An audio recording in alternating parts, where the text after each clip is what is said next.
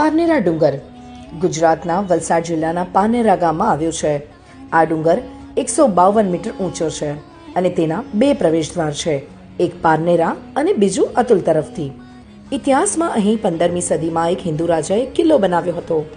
સુલતાન મોહમ્મદ શાહ બેગડાએ 15મી સદીના અંતમાં તેને જીતી લીધો.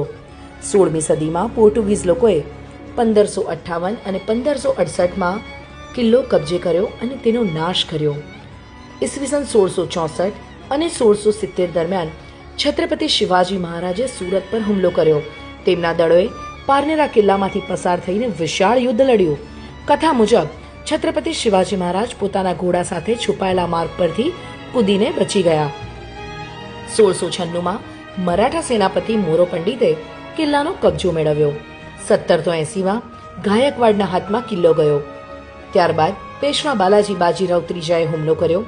1780માં અંગ્રેજોએ કિલ્લો કબજે લીધો અને 1857ના બળવા દરમિયાન તેને તોડી નાખ્યો. આજે આ કિલ્લાના અવશેષો, 3 તોપો અને પ્રાચીન મંદિરો શ્રી મહાકાળી માતા, શ્રી ચંડિકા માતા, શ્રી અંબિકા માતા, શ્રી નવદુર્ગા માતા, શ્રી શીતળા માતા અને શ્રી હનુમાનજીના મંદિરો હજુ પણ અસ્તિત્વમાં છે. નવરાત્રી દરમિયાન અહીં વિશાળ મેળો યોજાય છે.